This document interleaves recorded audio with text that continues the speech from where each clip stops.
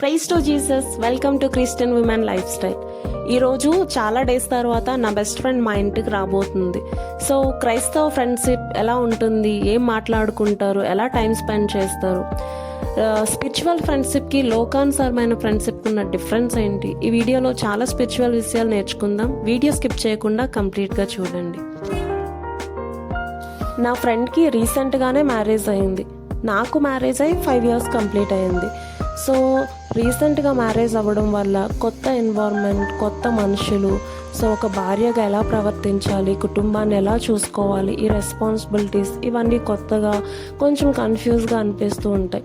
So తను నాతో share చేసుకొని నాతో టైం స్పెండ్ చేయడానికి మా ఇంటికి వచ్చింది. తనకి నాన్ వెజ్ కన్నా వెజ్ అంటేనే ఇష్టం. సో తనకి వెజ్ కర్రీస్ ప్రిపేర్ చేశాను. మ్యాంగో జ్యూస్ అంటే ఇష్టమని మ్యాంగో జ్యూస్ కూడా ప్రిపేర్ చేశాను. సో అలా అవన్నీ తింటూ కొంతసేపు తను అన్నీ నాతో షేర్ చేసుకుంది.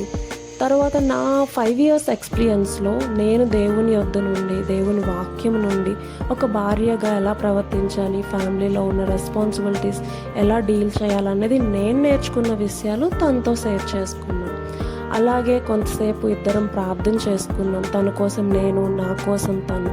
తర్వాత వాక్యం నుండి కుటుంబాన్ని మనం ఎలా చూసుకోవాలి, ఒక స్త్రీగా, ఒక భార్యగా మన రెస్పాన్సిబిలిటీస్ ఏంటి, ప్రతిదీ దేవుడు తన వాక్యంలో రాసి ఉంచాడు. సో వాటన్నిటినీ చదువుకున్నాం, ప్రేయర్ చేసుకున్నాం.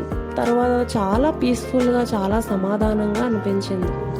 మన లైఫ్లో ఫ్రెండ్షిప్ చాలా ఇంపార్టెంట్ రోల్ ప్లే చేస్తుంది. మనం ఎవరితో ఫ్రెండ్షిప్ చేస్తున్నాం అన్నది చాలా ఇంపార్టెంట్.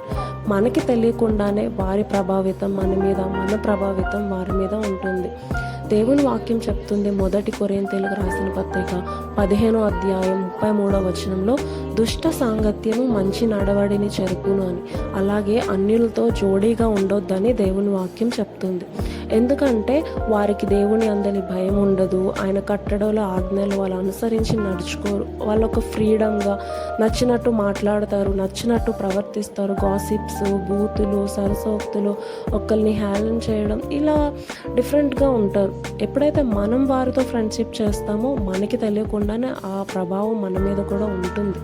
సో మనం ఫ్రెండ్షిప్ ఎవరితో చేస్తున్నాం అన్నది చాలా ఇంపార్టెంట్. మనకి ఎక్కువ హ్యాపీ వచ్చినా, ఎక్కువ సాడ్నెస్ వచ్చినా, ఏదైనా ప్రాబ్లం వచ్చినా వెంటనే ఫ్రెండ్స్తో షేర్ చేసుకోవాలని ఫోన్లో కానీ ఫ్రెండ్స్తో గంటలు మాట్లాడుతూ ఉంటాం. మనం అన్నిలతో మాట్లాడినప్పుడు మనకు తెలియకుండానే మనం రాంగ్ డైరెక్షన్లో వెళ్ళిపోతాం. కాబట్టి క్రైస్తవులతో ఫ్రెండ్షిప్ చేయండి. అన్యులతో ఫ్రెండ్షిప్ చేయొద్దు అంటే కంప్లీట్గా వారిని అవాయిడ్ చేసేయండి, మాట్లాడొద్దు అని కాదు. మనం వారిని ప్రేమించాలి, వారిని రెస్పెక్ట్ ఇవ్వాలి. కానీ ఫ్రెండ్షిప్ అంటే ఒక లిమిట్లో ఉండాలి. ఫ్రెండ్షిప్ మాత్రం దేవుని నమ్మిన వారిని, ఆయన కట్టడాలు, ఆయన యందు భయభక్తులు కలిగిన వారితో చేసినప్పుడు, మనం ఎటువంటి పరిస్థితుల్లోనైనా వారితో షేర్ చేసుకున్నప్పుడు వారు మన కోసం ప్రార్థన చేస్తారు, మనం వారి కోసం ప్రార్థన చేస్తాం. వాక్యాన్ని బట్టి ఒకరు ధైర్యం చెప్పుకుంటాం.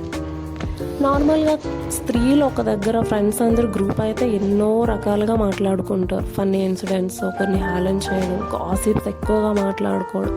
సో ఇవన్నీ దేవునికి ఇష్టమైనవి కావు. సో ఇవన్నిటిని మనం అవాయిడ్ చేయాలి. మన ఫ్రెండ్స్ ఎవరైనా సమస్యల్లో ఉన్నా, ప్రాబ్లమ్స్లో ఉన్నా, వారికి దేవుని వాక్యాన్ని బట్టి ధైర్యం చెప్పి ప్రార్థన చేయడం చాలా ఇంపార్టెంట్.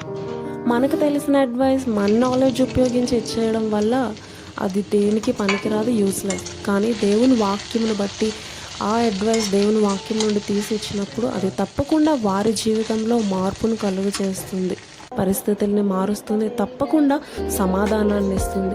వారి సమస్యలు మనకు చెప్పినప్పుడు విని మనం ప్రార్థన చేసినప్పుడు వారి సమస్యల నుంచి వారు విడుదల కూడా పొందుకుంటారు.